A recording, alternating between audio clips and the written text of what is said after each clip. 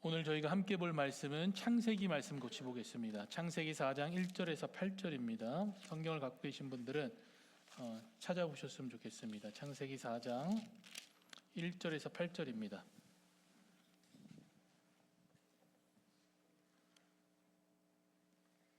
찾으셨으면 우리 1절에서 8절까지 읽겠습니다. 제가 1절 읽겠습니다. 아담이 그의 아내 하와와 동침하매 하와가 임신하여 가인을 낳고 이르되 내가 여호와로 말미암아 득남하였다 하니라.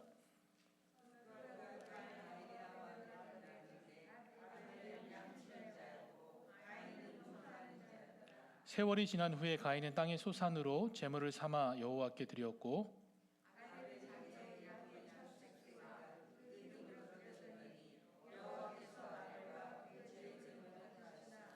가인과 그의 제물은 받지 아니하신지라. 가인이 몹시 분하여 안색이 변하니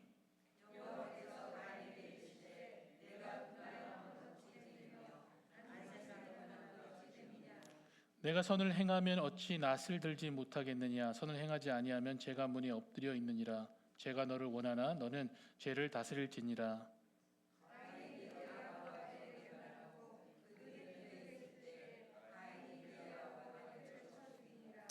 아멘.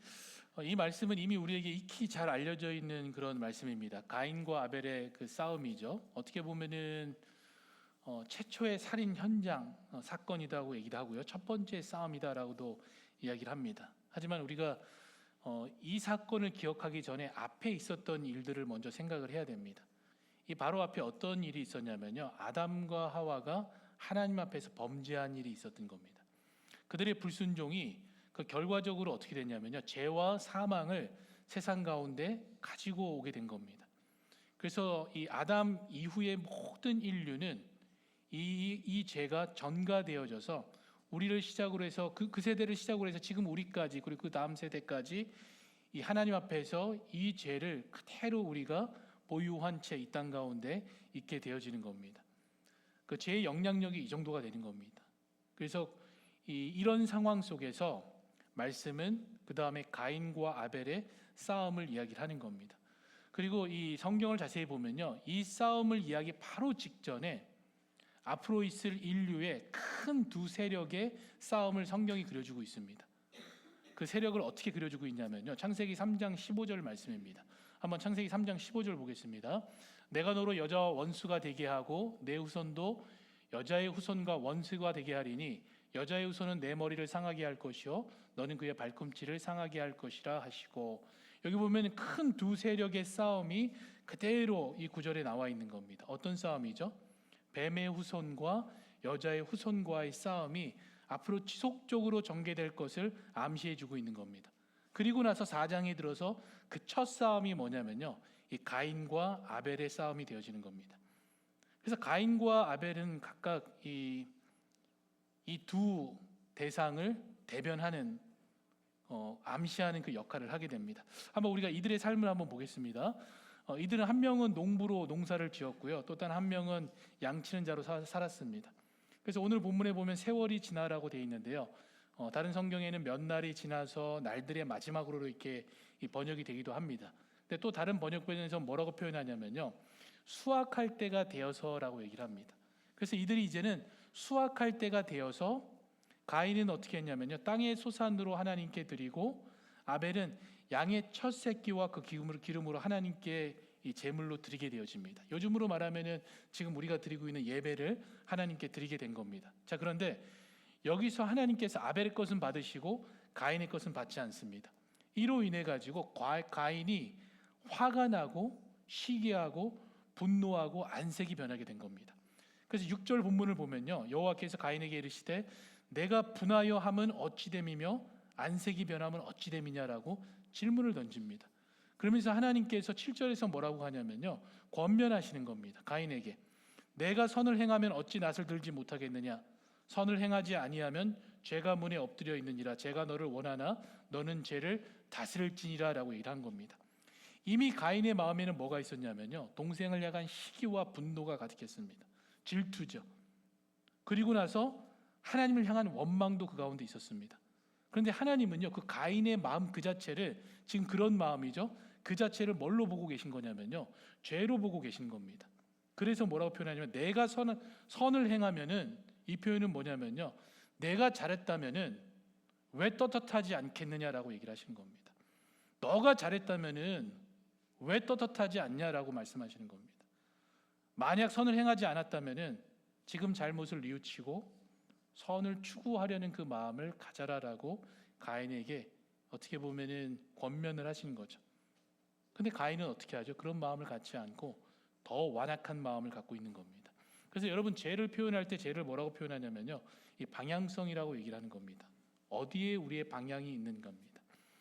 죄에 대한 그 대표적인 단어를 우리가 하마르티아와 하타라는 단어를 사용하는데요, 이 단어들이 가지고 있는 그 의미는 목표물에 도달하지 못하다라는 의미를 가지고 있고, 목표에서 어긋나다라는 그 단어를 가지고 의미를 갖고 있습니다. 그래서 이 의미를 오늘 본문에 그대로 적용하면요, 먼저 두 형제가 하나님께 예배를 드린 겁니다. 그렇다면 예배를 드리는 대상은 누가 돼야 되죠?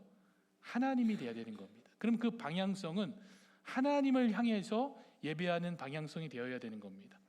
그리고 예배의 중심에 그 마음은 뭐죠? 하나님을 향한 그 마음이 중심에 있어야 되는 겁니다. 하지만 지금 가인의 모습을 보겠습니다. 예배를 드리는 그 시간에 그의 시선이 어디에 있었죠? 그 형제 아벨에게 있었습니다. 그리고 그 마음은 어떤 마음이죠? 하나님을 향한 마음이었나요? 비교하는 마음이 있었습니다. 그리고 자신이 드리는 제물에 그 마음이 있었던 겁니다. 왜 이것을 알 수 있냐면요, 하나님께서 자신의 제물을 받지 않았을 때 가인은 당연히 이렇게 물어봐야 됩니다. 왜 하나님께서 나의 제물을 받지 않았을까? 근데 가인은 어떤 질문을 했냐면요, 어떻게 하나님께서 나의 제물을 받지 않으셨을까라고 물었던 겁니다. 어떻게 하나님께서 나에게 나의 제물을 받지 않으셨지? 그러면서 아벨의 제물만 받을 수 있지라는 마음이 있었던 겁니다. 죄는 뭐죠? 방향성입니다. 그의 마음이 하나님을 향해 있지 않았던 겁니다. 오히려 하나님을 향한 불만과 시기와 동생을 향한 시기와 그 분노가 그 마음에 가득했던 겁니다. 그리고 그 불만의 중심, 그 기준이 어디에 있었던 거죠? 하나님이었나요? 아닙니다. 자기 자신이 중심이었기 때문에 불만이 있었던 겁니다. 자기 자신이 그 중심에 있었던 겁니다. 그래서 자기 것을 어떻게 하나님께서 받지 않을 수 있었는가라고 질문을 하는 겁니다. 만약에 하나님을 두려워했다면은 왜 하나님께서 나의 것을 받지 않으셨을까라고 물어야 했던 겁니다.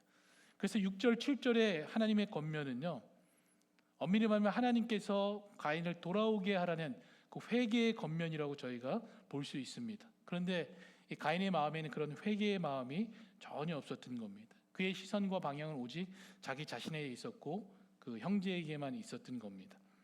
그래서 이 모습 자체가, 바로 이 마음 자체가 죄가 되어지는 겁니다. 여러분, 죄는 지금 우리의 일상에서도 그 방향성만 보면은 우리가 쉽게 발견할 수가 있는 겁니다. 우리가 하는 모든 생각과 하는 행동들이 정말 하나님을 향해서 있는가, 아니면 그것이 나를 향해서 있는가를 보면은 우리가 구분할 수 있는 겁니다. 아니면은 다른 곳을 향해서 있는가, 나를 향해 있고 다른 곳을 향해 있고 하나님을 향해 있지 않다면은 그것이 바로 죄가 되어지는 겁니다. 그리고 가인이 먹은 그러한 마음이 우리 가운데 끊임없이 있으면서 시기와 질투와 내 욕망이 그 가운데서 계속해서 하나님을 원망하고 삶의 불평과 불만을 가지고 살아가는 이 모습을 그대로 보여주는 겁니다.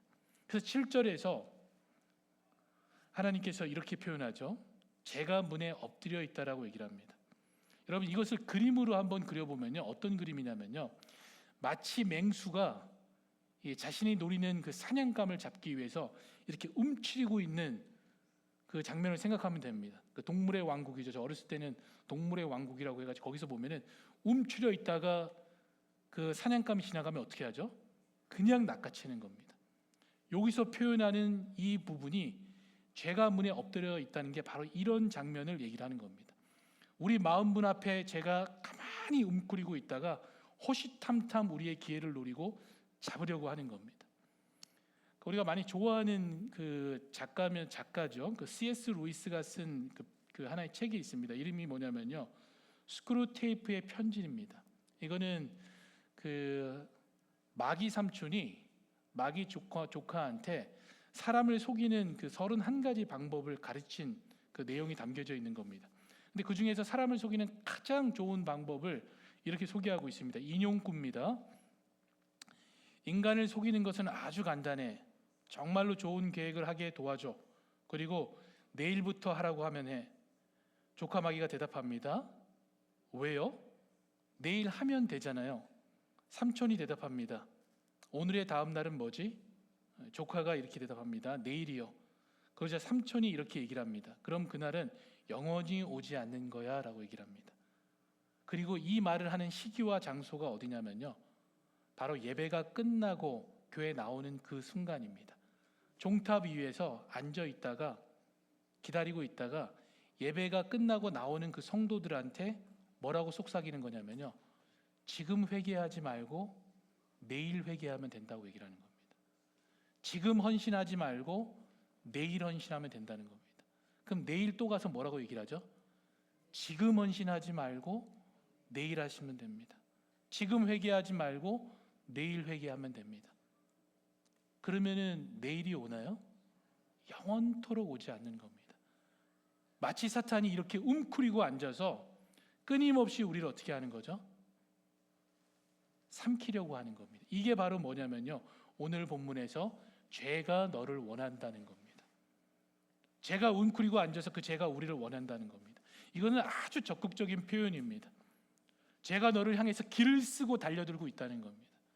어떻게 해서든 범죄하게 만들려고 길을 쓰고 이거 달려 있는 겁니다. 그래서 베드로가 베드로전서 5장 8절에서 모든 그리스도인들에게 이렇게 표현합니다. 근신하라, 깨어라, 너희 대적 마귀가 우는 사자같이 두루다니며 삼킬 자를 찾는다라고 뭐라고 있는 거죠? 경고하고 있는 겁니다.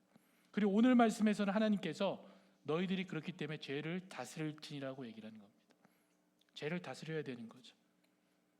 정말 그 죄가 움크리고 우리의 마음 문 앞에서 예배를 마치고 돌아간 그 순간, 여러분 경험 많이 해봤을 거예요. 집에 돌아가는 길에 그냥 부부간에 싸우고, 그날 저녁에 막 싸우고, 말도 안 되는 일담에 운전하다가 화내고, 많이 경험하셨을 겁니다. 왜냐하면 움크리고 기다리고 있다가 그대로 우리를 유혹해버리는 겁니다. 그렇기 때문에 죄를 다스리라고 얘기를 하는 겁니다. 자, 그런데 여기서 우리가 또 주목해야 될 건 뭐냐면요, 이 싸움에서 패배하고 형제에게 배신당하고 죽게 된 아벨에 대해서 저희가 주목을 해야 됩니다.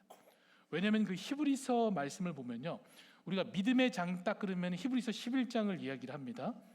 그 히브리서 11장 믿음의 사람들 가운데 가장 먼저 언급된 사람이 누구냐면은 아벨입니다. 11장 4장에 히브리서 11장 4절에서 아벨에 대해서 뭐라고 표현하냐면요, 믿음으로 아벨은 가인보다 더 나은 제사를 하나님께 드림으로 의로운 자라 하시는 증거를 얻었나니 하나님이 그 예물에 대하여 증언하심이라. 그가 죽었으나 그 믿음으로써 지금도 말하느니라 되어 있습니다. 뭐라고 표현하고 있죠? 그가 죽었는데 지금도 말한다고 얘기를 합니다. 현재형으로 사용되었습니다.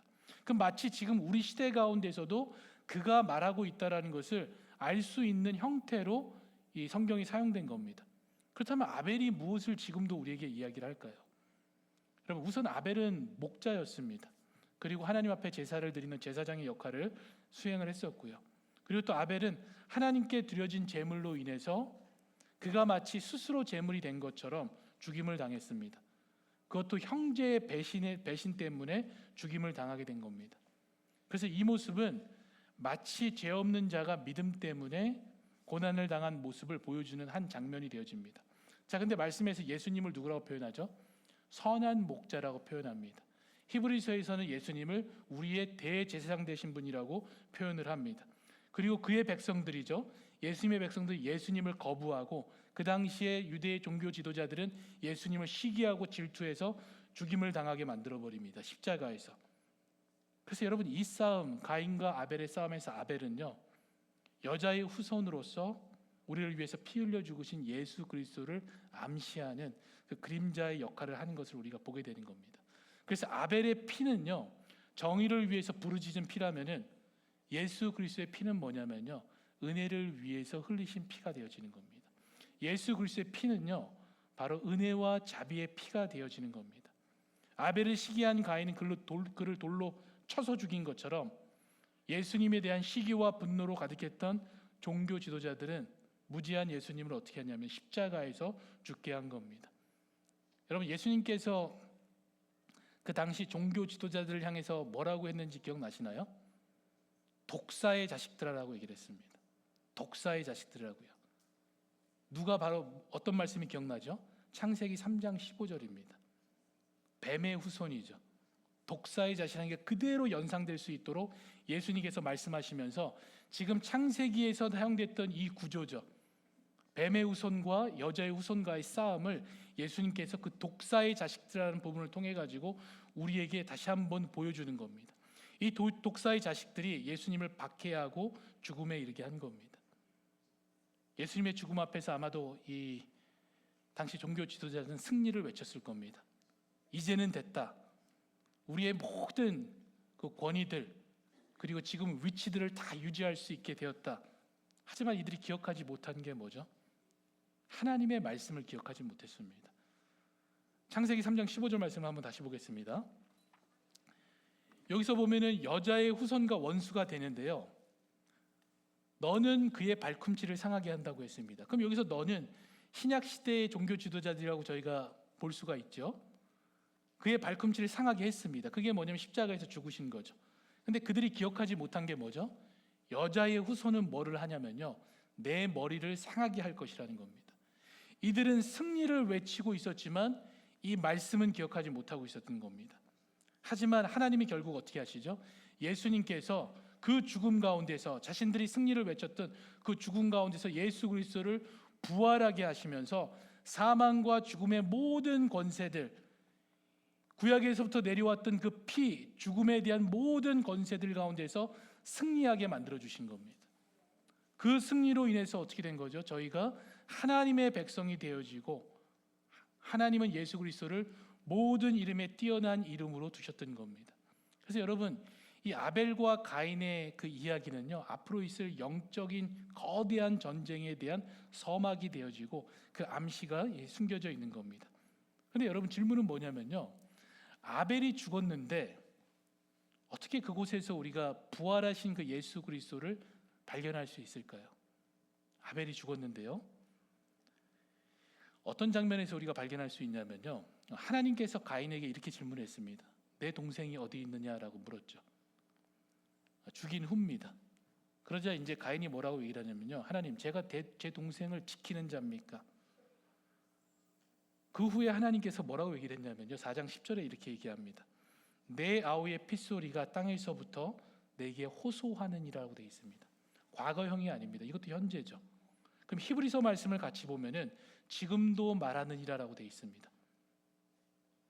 그럼 그 피가 호소하고 그 피가 지금도 말하는데, 이 피가 아벨의 피가 표현된 것처럼 예수 그리스도의 부활이 어디서 암시되냐면요, 실제 이 피가 살아있다라는 그 사실을 통해서 예수 그리스도의 부활이 있을 것이라는 것을 암시하고 있다라고 얘기를 합니다.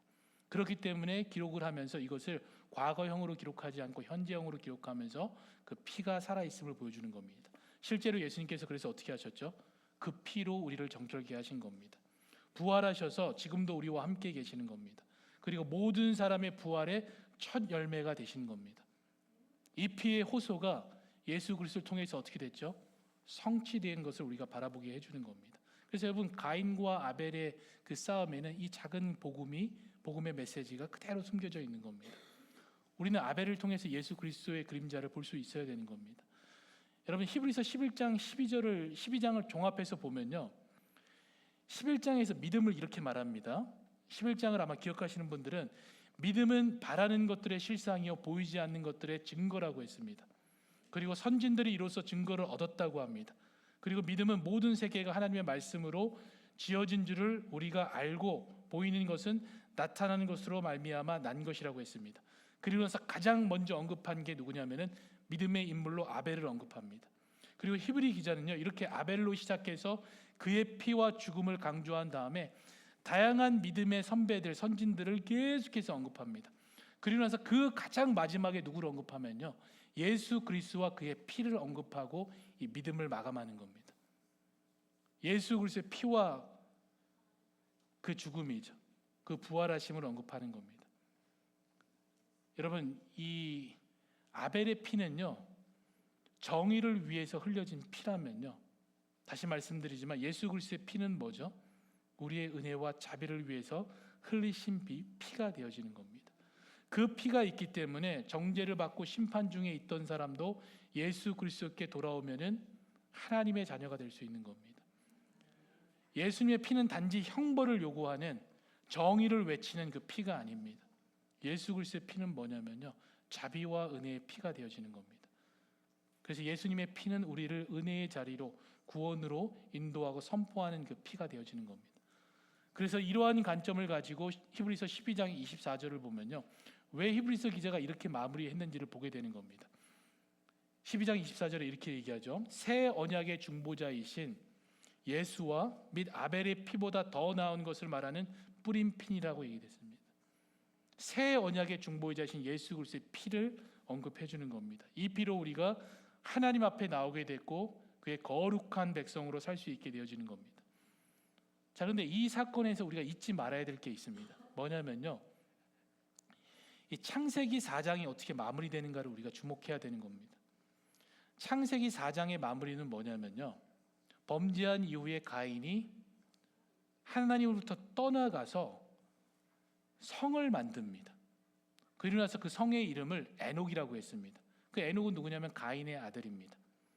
그래서 자신의 아들의 이름을 따서 그 성을 만들었습니다. 아마도 자기가 살 그 파라다이스를 만들기 위해서 그렇게 만들었을 수도 있고요, 하나님께서 만드신 그 에덴을 꿈꾸고 그런 성을 좀 이렇게 만들고 싶어서, 재현하고 싶어서 성을 만들었을지도 모릅니다. 하지만 그 성을 만든 시기가 언제죠? 범죄한 이후입니다. 하나님을 떠나간 이후에 만든 게 그 성이라는 겁니다. 그럼 이 성은 무엇을 얘기를 하는 거죠? 인간이 지은 성을 얘기를 하는 겁니다. 여러분, 우리가 죄를 범한 다음에 가장 먼저 하는 게 뭐죠? 하나님을 등돌리고 나의 성을 만드는 겁니다. 범죄한다는 것은 뭐냐면요, 스스로 그 성을 만들고 그 성의 왕으로서 누가 자리 잡고 있는 거죠? 나 자신이 자리 잡고 있으면서 거기서 통치하고 있는 이 모습이 바로 죄의 모습이 되는 겁니다. 근데 성경은요, 이 성과 대조되어지는 에덴의 도시를 보여줍니다. 이것을 하나님의 도성이라고 얘기를 합니다. 그 도성 가운데서 우리의 왕 대신 예수 그리스도가 통치하는 그 나라 가운데 살아가는 하나님의 자녀들, 백성들이 그 가운데서 살아감을 보여주는 겁니다. 여러분이 질문을 해야 되는 겁니다. 나는 하나님의 도성에서 살고 있는가, 아니면은 여전히 나의 성 가운데에서 왕으로 통치하며 살아가는가를 여러분이 질문하셔야 되는 겁니다. 여러분, 이 하나님의 나라, 이 하나님의 도성은 구체적으로 언제 이루어졌나요? 시각적으로 생각해 보면요, 예수님께서 죽음에서 부활하신, 무덤에서 이기신 그 순간 이미 우리 가운데 그 나라가 임한 겁니다. 그리고 우리는 그 하나님의 나라에서, 그 임한 하나님의 나라에서 살아가면서 완성될 그 하나님의 도성을 소망하며 살아가는 그 하나님의 백성으로 살아가는 겁니다. 그렇다면 이 축복, 그 하나님의 백성 자녀로 살아가는 이 축복은 누구에게 주어지나요? 우리의 영원하신 그 왕이신 그 하나님 예수 그리스도를 영접하는 자에게 주어지는 겁니다. 그 영접한 자들이 그 예수 그리스도를 나의 주인으로 영접하고 나의 왕으로, 나의 도성의 왕으로 영접했기 때문에 그들에게는 뭐가 되냐면요, 하나님의 백성, 하나님의 자녀가 되는 그 권세를 하나님께서 주신다고 말씀으로 약속을 하신 겁니다. 그 약속을 신뢰하며 살아가는 사람들이 바로 하나님의 도성에서 살아가는 사람들입니다. 상황이 어떨지라도 우리는 그 도성을 소망하면서 살아가는 그 삶을 살아가는 겁니다. 여러분, 히브리서 11장에 있는 믿음의 그 위인들이 바라봤던 곳이 바로 이 하나님의 도성입니다. 그들은 어떤 환난과 고통 그리고 박해 속에서도 그 삶을 이길 수 있었던 이유가 뭐냐면요, 이 하나님의 도성을 바라보며 살아갔기 때문에 이길 수 있었던 겁니다. 그래서 히브리서 12장 22절에서 24절을 전체적으로 읽어보면 이렇게 표현합니다. 그러나 너희가 이른 곳은 시온산과 살아계신 하나님의 도성인 하늘의 예루살렘과 천만 천사와 하늘에 기록된 장자들의 모임과 교회와 만민의 심판자이신 하나님과 및 온전하게 된 의인의 영들과 새 언약의 중보자이신 예수와 및 아벨의 피보다 더 나은 것을 말하는 뿌린 피니라라고 되어 있습니다. 무엇을 소망하게 만들고 있죠? 하나님의 도성을 소망하게 하는 겁니다. 여러분, 이렇게 허다한 믿음의 사람들이 바라보았던 그 하나님의 도성을 바라보는 분들이 저와 여러분이 되었으면 좋겠습니다. 또 이 믿음의 사람들처럼 온전케 하시는 예수님의 피를 덧입고 정말 은혜의 시절이죠. 하나님이 통치하는 그 나라 가운데서 기쁨과 승리의 소식들을 끊임없이 찬송하며 선전하며 살아가는 분들이 저와 여러분이 되었으면 좋겠습니다. 여러분, 이 말씀을 같이 읽으면서 마무리했으면 좋겠는데요. 이 히브리서 기자가 적은 우리가 어디를 바라봐야 되는지에 대한 부분입니다. 히브리서 12장 2절 말씀을 같이 읽겠습니다. 다 같이 읽겠습니다. 준비 시작. 믿음의 주여 또 온전케 하시는 이인 예수를 바라보자. 그는 그 앞에 있는 기쁨을 위하여 십자가를 참으사 부끄러움을 개의치 아니하시더니 하나님 보좌 우편에 앉으셨느니라. 아멘. 여러분, 이 아벨은 바로 이 예수 그리스도를 바라보게 하는 하나의 그림자였습니다. 그래서 우리의 삶 가운데 이 예수 그리스도의 보혈의 피를 의지하고 하나님의 도성 가운데 살아가는 그 삶을 살아가시는 분이 저와 여러분이 되기를 축복합니다. 우리 같이 기도하겠습니다. 하나님 감사합니다. 우리 가운데에도 그 뱀의 후손과 또 여자의 후손 간의 싸움이 있음을 고백합니다. 그래서 하나님, 바울이 끊임없이 영적 갑주를 입으라고 얘기를 하고 전신 갑주를 입으라고 얘기를 하고, 또 베드로는 그 가운데 깨어 있고 근신하라고 얘기한 그 말씀을, 그 권면을 우리가 듣습니다. 하나님, 정말 무장되어져서 이미 승리하신 그 하나님의 나라 가운데 남아있는 모든 우리의 제약들을 끊임없이 제거하며 승전보를 외치는 삶을 살아가도록 인도하여 주시옵소서. 그래서 하나님, 지지 않게 하시고 승리자로서의 삶을 살아가게 하여 주시옵소서. 그래서 하나님의 기쁜 소식이 우리의 입술을 통해서 날마다 증거되기를 원합니다. 복음을 증거하는 삶이 우리 가운데 끊이지 않기를 원합니다. 주여, 그 삶을 살아가게 하여 주시옵소서. 감사를 드렸고 우리 주 예수 그리스도의 이름으로 기도드립니다. 아멘. 우리 이 말씀을 기억하시면서 다 같이 일어나셔서